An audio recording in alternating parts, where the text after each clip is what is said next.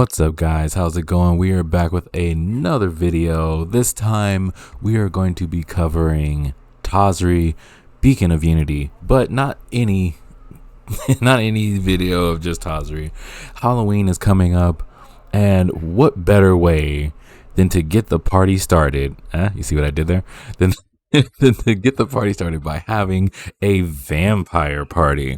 So the reason why we're doing this video is because honestly, when it comes to Tazri's deck list so far on EDH Rec, there aren't any vampire tribal, which I find really interesting. I mean, party is kind of like universal. Shapeshifters are everything. Human tribal is human tribal, but there's actually no vampire tribal. So there's only 5 decks that have been posted. 601 of those decks are party mechanics, but they're not specific to any party. It's just kind of like general good stuff party. And here at 5-color good stuff, as we're going with this, the name of this playlist, we gotta kind of have some fun. And with Halloween coming up, what better time than to play a vampire themed deck for Halloween focused around the party? All right, so before we get into it, we're going to talk a little bit about Tazri, Beacon of Unity. Let's get into it. And now let's get to our host and life of the party. You get it? Tazri, Beacon of Unity. Tazri is a 5-drop commander that is a human warrior, so she also counts for the party herself. This spell costs 1 less to cast for each creature in your party. So that is a cleric, rogue, warrior, wizard, and or ally. What that means is that as long as you have 4 of those 5 separately, she will cost 1 white to cast, which is good for commander decks too. She'll always have that cost reduction. So moving forward, you can pay any form of these hybrids to cast her second effect. So that's either 2 colorless or blue, 2 colorless or a black, 2 colorless or a red, 2 colorless or a green, to look at the top 6 cards of your library, and you may reveal up to 2 cleric, rogue, warrior, wizard, and or ally cards from among them and put them into your hand. Put the rest at the bottom of your library in any random order. So what does that mean? For us, we are going to be doing a vampire party. So vampires come in all different types of classes. For the party mechanic, vampires cover literally everything that we have listed, including allies. So that gives us a way to add 2 creatures of those types to our hand from the top 6. Sometimes with these wheel effects, you can just whiff. It happens. Or I think it's called weaving, something like that. I forgot what whatever that effect is called. But the cool thing is, being in 5 colors, sometimes you just have extra mana sitting around. And the good thing about her effect is that it has hybrid, so you don't have to pay the red, black, blue, green. You can pay 2 for the color that you don't have. So let's say you don't have any islands, but you have a swamp, a mountain, and a forest available, but you also have a soul ring. Well, you can tap the soul ring and the extra land and still get her effect. So that's something that keeps your engine going, keeps the deck moving, and allows you just to keep going instead of just sitting there if you top deck into a land, or if you run out of draw cards, or maybe you just need an extra creature to keep drawing.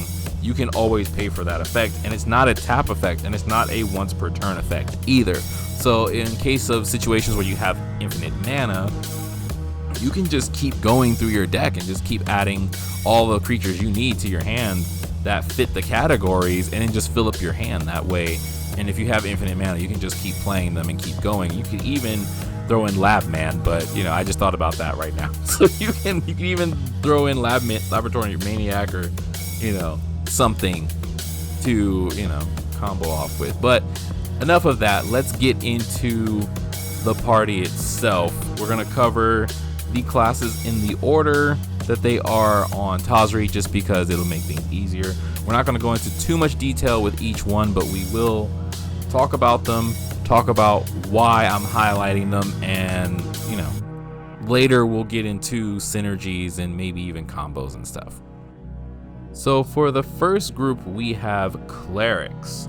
And with the Clerics, we're going to talk about these 3 Clerics today, which are Drana, the Last Blood Chief, Vito, Thorn of the Dusk Rose, and Marauding Blight Priest. I have a hard time saying her name for some strange reason. So with Drana is a 5-drop vampire cleric.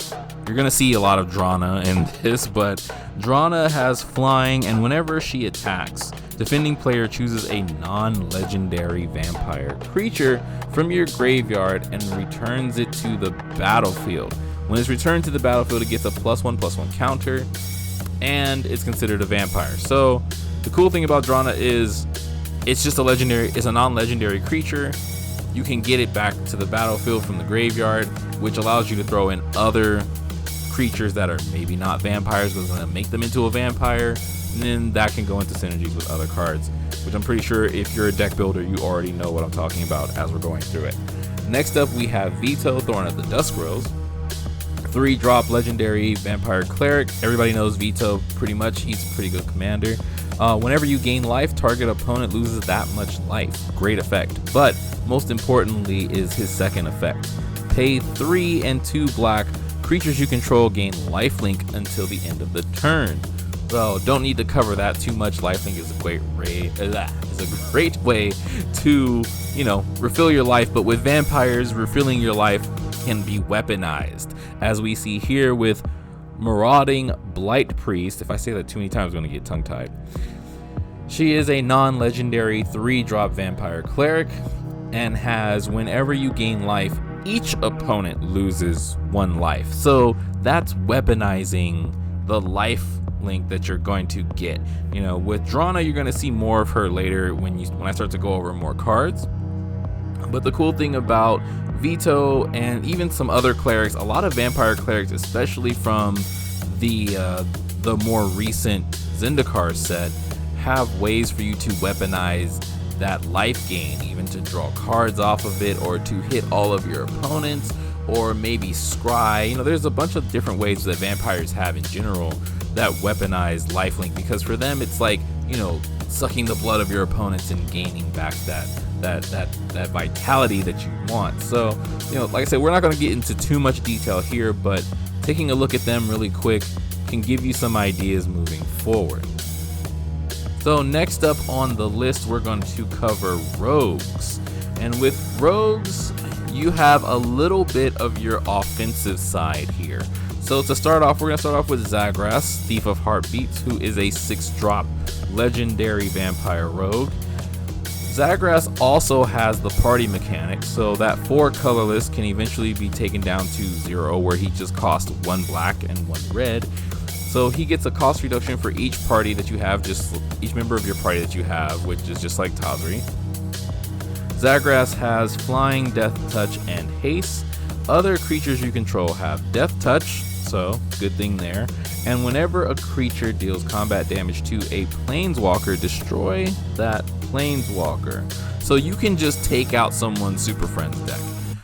The reason why he's going to be good is because of the death touch, and he also has haste with flying. As a 4/4, you can do a lot of things with him. And the more you start putting plus counters on him, he's going to get stronger, he's going to get bigger. And then the other cool thing is the fact that he's going to cost 2 once you have a full party. So you're not spending the full 6.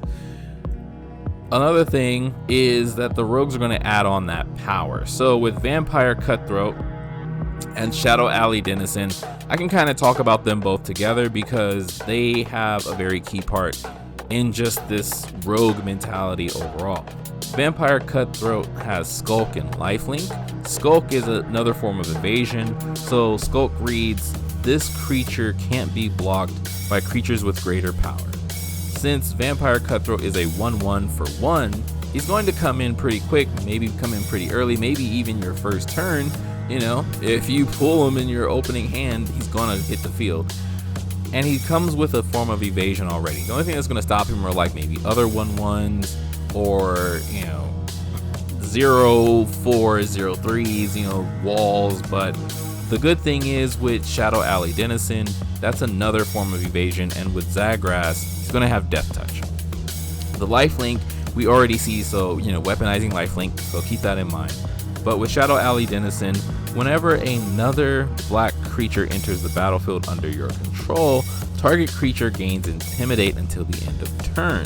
So you have Shadow Alley Denizen, which is another 1/1 for 1. You play Vampire Cutthroat, and guess what? Now it has Intimidate. So Intimidate says it can't be blocked by...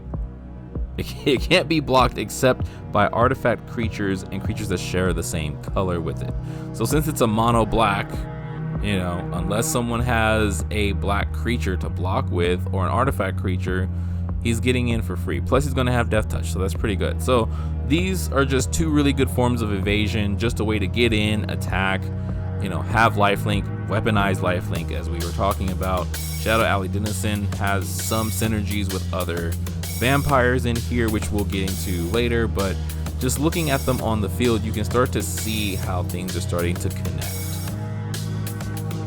So next up we have our warriors, and for our warrior vampires, they're going to add on to what the rogues were lacking. So they're going to kind of clear the way in a sense and make our vampires stronger. So with our three warriors that we're going to highlight, we have Kalitas, Trader of Get, Butcher of Malakir, and Bloodlord of Vosgoth. Starting off with Kalitas, or as I like to call him, Kalima. Kalima, if you know that reference. Trader of Get, I said Kalima. Kalitas, Trader of Get, is a 4-drop vampire warrior, legendary creature, by the way. Lifelink, and if a non-token creature an opponent controls would die, instead exile that card and put a 2/2 black zombie creature token onto the battlefield, which is kind of cool. So the next effect is you can pay 2 colorless, 1 black, to sacrifice another vampire or zombie. Put 2+1/1 counters on Kalitas, Trader of Get. The good thing about this is that second effect says zombies or vampires, which leads us to Butcher of Malakir. Butcher of Malakir is a 7-drop vampire, big threat when it hits the field. And there's really nothing to say, but I'm gonna still read it off. So Butcher of Malakir has flying, and whenever Butcher of Malakir or another creature you control dies, each opponent sacrifices a creature. So you already see how Kalitas and Butcher of Malakir are tying together in this segment. Lastly, we have Bloodlord of Vosgoth. Bloodlord of Vosgoth has Bloodlust 3, is non-legendary, so a target for Drana. Flying, and whenever you cast a vampire creature spell, it gains Bloodlust 3. So what is Bloodlust 3? Bloodlust 3 is if an opponent was dealt damage this turn, this creature enters the battlefield with 3+1/+1 counters on it.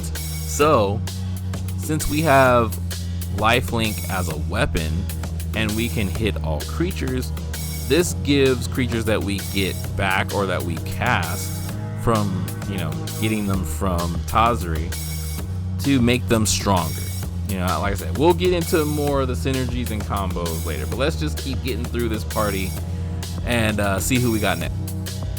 Next in the party, or I should say, next to enter the party, is the wizards. So with the wizards, we're going to be casting spells and even getting creatures back from the graveyard, and I'll even throw in some other creatures later on when we start talking about like synergies and stuff like that. So first up we have Jaliva, Nephalia's Scourge, Nephalia Scourge, Nephalia. We'll go with Nephalia. She is a legendary creature vampire wizard that costs 4 to cast. She's also a commander. She costs 1 and blue, black, red, also known as Grixis. She has flying, and when Jaliva enters the battlefield, each player exiles the top X cards of his or her library, where X is the amount of mana spent to cast Jaliva. Whenever Jaliva attacks, you may cast instants or sorcery cards exiled with it, which should be said with Jaliva's effect, without paying its mana cost. So Jaliva already giving you card advantage, right? Everybody exiles the top card of their deck. That's you and your opponents included, where X is the amount of mana spent. So she costs 4. So you're gonna get 4 cards, from everybody, from the way it says. So that's good. Getting into that, next we have Vampire Charm Seeker. Vampire Charm Seeker is a little bit of a tweener. You're gonna look at this and be like, why is this card here? Vampire Charm Seeker costs 8 to cast, 6 colorless, blue-black Dimir, and is a vampire wizard with assist. So Vampire Charm Seeker came from the Battle Bond set, where you could have an ally or a friend or foe pay for some of the amount or all of the amount. With flying, and when Vampire Charm Seeker enters the battlefield, return target instants, sorcery, or creature from a graveyard to its owner's hand. So already a lot of synergies, don't need to really talk about that. We'll get into it more later, like I said. Lastly, we have Sanguinary Mage, which is a 2-drop vampire wizard with prowess. The reason why I'm highlighting Sanguinary Mage is just because not a lot of people play this card. But when you're already getting 4 cards off Jaliva, you have Charm Seeker, which is going to get you more instants and sorceries or creatures back from the graveyard to your hand. Sanguinary Mage can just be that little extra umph that you need to just attack with. So you don't really have to think about it. You don't really need to have her in the deck, but she's just really cool. I really like her, and I just don't see a lot of her in many decks. And last but not least, we have the allies. So the cool thing about the allies is that vampires do have allies from the very old Zendikar sets. But the cool thing is that they kind of bring everything together here. So with the allies, we have Drana, Liberator of Malakir, Drana's Emissary, and Cliffhaven Vampire. So let's get into them real quick, and then we'll get into, combos and stuff. So with Drana, Liberator of Malakir, she is a 3-drop legendary vampire ally. She costs 1 colorless and 2 black. Flying first strike, whenever Drana deals combat damage to a player, put a +1/+1 counter on each attacking creature you control. This will help pump up lower creatures, make them stronger, but also she has first strike. So when you have Zagras on the field, she'll have death touch, be able to kill stuff. Yeah, moving on. So good card. Drana's Emissary, which also costs 3, 1 colorless, white, and a black. She is a vampire cleric ally, and the thing I want to mention here for these 2 allies, with the party mechanic, you cannot choose 1 creature to count as 2 members of the party. So you have to choose either ally or cleric, and for Cliffhaven Vampire, you have to choose warrior or ally. You cannot choose both and be like, this creature counts for both. No, they said you can't do that. It's in the ruling. So with Drana's Emissary, she has flying, and at the beginning of your upkeep, each opponent loses 1 life and you gain 1 life. Great card for this deck for what we're doing here. I'll get into it later. Moving on, Cliffhaven Vampire costs 4, 2 colorless, 1 white, 1 black, which is a vampire warrior ally, as we were just talking about. Has flying, and whenever you gain life, each opponent loses a life. So we already see an overlapping effect with this warrior and the clerics. The cleric herself doing in damage and just making life a weapon, but also Drana, the other Drana, as we had before, the cleric Drana, but the ally is also going to help make all of your creatures stronger. So with that, we are going to get into just some things that we can do with these creatures together, since there's a reason why I highlighted all of them. Alright, so since we've covered the people at the party, I don't know, I lost the joke. I had it in my head and I lost it. Anyway, It was a bad joke too. It was really bad. So since we've covered who's attending the party, the thing I want to talk about here is starting off with things that you can look forward to. So just some quick things if you haven't caught on to it already. You have Drana the Last Blood Priest, which can bring back non-legendary creatures from your graveyard to the battlefield. So with Drana, if you pair her up with Kalitas being on the field, Kalitas is your sack outlet. So with Drana, Kalitas, or Kalitas, however you want to pronounce his name, and one other creature, Butcher of Malakir, which makes a big difference. These are your three bigs that you kind of want to have on the field together. This is just something not like the focus of the deck, but just pointing out something. If you have all three of these creatures, you have a big way of doing things. You can either use Kalitas to sacrifice the Butcher of Malakir, making all of your opponents sacrifice one creature, giving Kalitas the +2 counters, and then attacking with Drana and getting Butcher of Malakir back, seeing as it might be the only creature in your graveyard for the sake of this combo. Your opponents will be forced to constantly bring back Butcher of Malakir. So you sack Butcher of Malakir with Kalitas, Drana brings it back, rinse and repeat, right? Something else you can do with this is if you want to add in something extra. So if you want to add in Shadow Alley Denizen to the trio, where now you can keep things going. So with Drana, let's say we take Drana out of this for just a second. Like, not to remove her from the equation, but just not talk about her for a second. So you know she's there. So we have Kalitas, Butcher of Malakir, Shadow Alley Denizen. Whenever Drana brings back a creature onto the battlefield, Shadow Alley Denizen is going to make sure that they have evasion. So she's going to give them Intimidate. Of course, since this is 5 color, you're going to have ways to give haste. But just for the sake of this example, you know, you have Drana on the field, as we said before. Kalitas has the sack outlet ability that's not once per turn and is not a tap effect. So if you wanted to send the Butcher of Malakir off to the graveyard, bring it back, you know, constantly, or if you want to do this with other creatures, just saying Shadow Alley Denizen can give them, you know, the evasion. But the thing I want to talk about is if you actually do remove Drana from the equation. Let's say you just remove Drana from the equation. You have Kalitas, Butcher of Malakir, and a card we didn't talk about before, but it's a card I'm adding in now to this equation, which is Bloodline Necromancer. So when Bloodline Necromancer enters the battlefield, you can choose one vampire or wizard from your graveyard and return it to the battlefield. Remember how I was talking about Charm Seeker, the Charm Seeker vampire that costs 8? Well, if you send the Charm Seeker to the graveyard, there's your way to kind of bounce cards back from the graveyard. So you have, well, if you add in Blink, this is where this comes into play. So if you have Blink, or you have a way to get stuff back from the graveyard, you cast or you return the Bloodline Necromancer.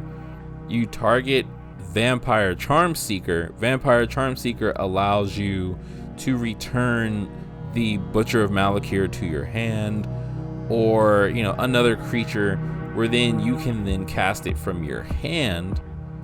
Let's say you have the mana with Shadow Alley Denizen already on the field. That way you don't have to already pass your combat phase like you do with Drana, because Drana has to attack in order for someone to give you back a creature. With this setup, it allows you to bring back the creatures to your hand so you can cast them, you know, and you can actually like kind of piggyback off of it. So if you're a person that likes to have copies or make clones of something, which you're in blue, is 5 color, you can do that if you want to. You can make clones of the Bloodline Necromancer to get back more creatures, and then just swing in with them because they'll have the evasion from the Shadow Alley Denizen. So those are just a couple things that, you know, you can keep in mind.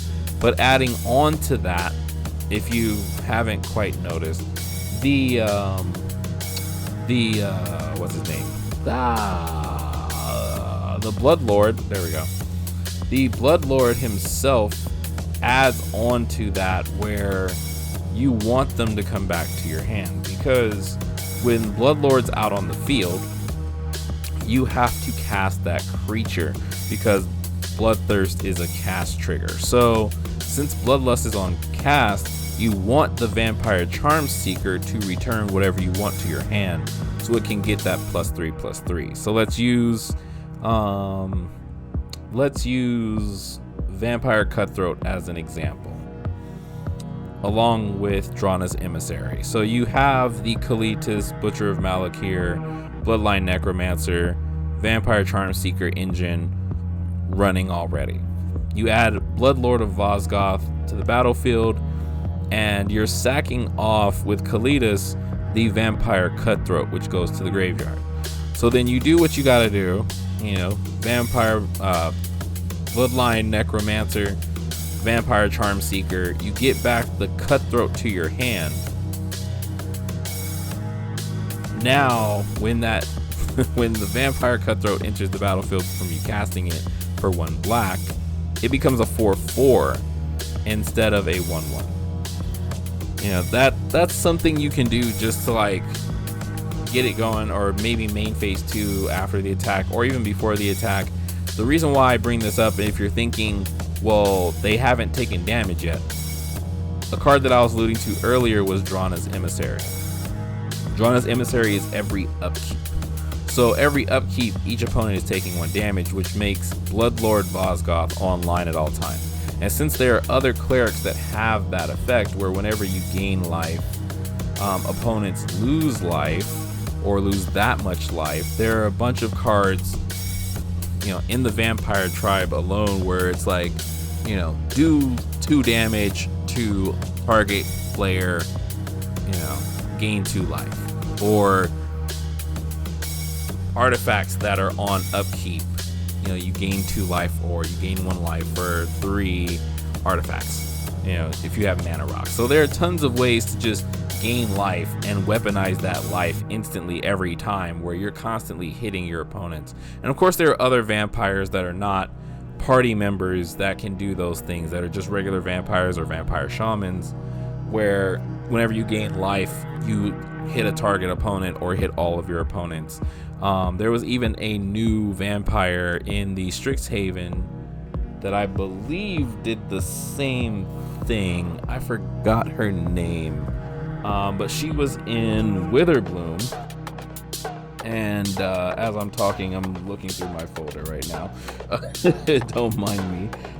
Blood Researcher, who is a 3-drop vampire, 1 colorless, black and green. She is a vampire druid with menace, and whenever you gain life, put a +1/+1 counter on the researcher. So, you're weaponizing your lifelink, getting bonuses off of it, getting value, and then of course you have other ways, which is something that I wanted to allude to earlier, which I forgot. You have Valentin, I think his name is, the Dean of Vane, the black and green Dean from Witherbloom, who is a dual face card, but we're just focusing on the vampire side right now. So he is a 1-drop black legendary creature vampire warlock with menace and lifelink, and if a non-token creature an opponent controls would die, exile it instead. When you do, you may pay 2 colorless. If you do, create a 1/1 black and green pest. And when pest creatures die, you gain a life. So that pairs up with Kalitas. You're making tokens. Kalitas has a sack outlet with Butcher of Malakir, where Butcher of Malakir makes everybody sack. You have a small engine going on here where you can connect the dots. Sorry if that sounds a little confusing in the way I'm explaining it, but if you see what you see on the screen and you read the cards, you can tell where I'm going with this. So you have a lot of ways to weaponize life gain, and then you have ways to create blockers, create tokens. You have graveyard synergies, +1 counter synergies, so you can strengthen your creatures. Plus, you're getting creatures back from the graveyard, like I said, with the graveyard synergies, but also creatures going to the graveyard is also another synergy that vampires have. So look around, look at what you have. Vampires come from a very wide array of creatures because they're a very old tribe in Magic the Gathering, and they're one of the top 4 most popular tribes. I think they literally are number 4 most popular tribes in Magic. So look around, have fun. Don't be afraid to put in creatures that are not vampires. And what I mean by don't be afraid to put in creatures that are not vampires is because of the fact that you have Drana, who can turn humans into vampires. Like Tazri can even become a vampire. Not through Drana's effect, but through Olivia's effects. Olivia can create vampires out of other creatures. I forgot which Olivia it is. I'll put both of them up on the screen. But Olivia can make other creatures into vampires. You have Methadros Vampire, who can make every creature on your side of the field, or I think it's all creatures on. Is it all creatures? Or it'll be on the screen. Turn creatures into vampires. So if you want to add in, because this is 5 color, you could add in someone like Najila, who's going to make you warrior tokens and give you extra combat steps. But along with that, you're getting the extra combat steps and more creatures, so that way those creatures can become vampires, which can give you tribal benefits, Or if you want to, you could even play Coat of Arms if you're that daring during a during a game of Halloween, where all creatures of the same type will gain an enormous amount of attack and defense, but that works for your opponents as well. But yeah, like I said, there are plenty synergies. When it comes to the party mechanic, you have great creatures to choose from. There's so many where you could just put them together and have fun. That's why there's over 600 decks when it comes to the party.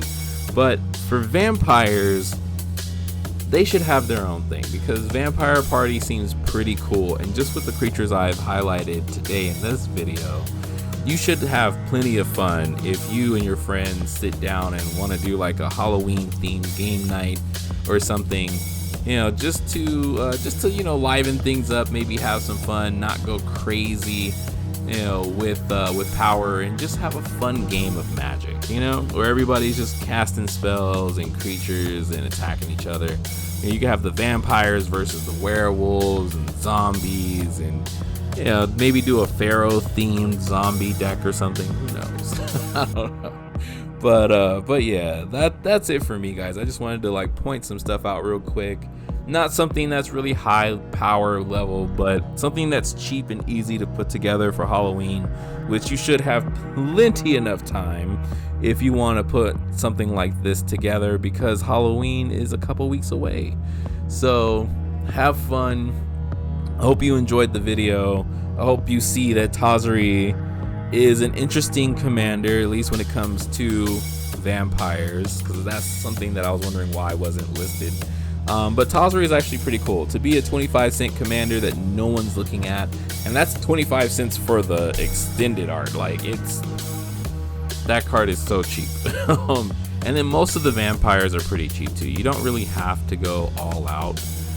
There are a couple other creatures that I did not talk about, which are still good, but don't be afraid to throw in the non-expensive ones, because there are a lot of good ones, especially when it comes to clerics. Vampires and clerics are really good. There are some really good warrior ones too that have flying and haste and give all creatures +1 counters. There are even some there's some more vampire wizards, like I said, with Bloodline Necromancer, that can bring creatures back, and that can add some more synergies. You just have to really look up vampires and not per se stick with what's on EDH Rec, because that's from people's deck list. Those are personal people's deck lists, and they're adding the information together.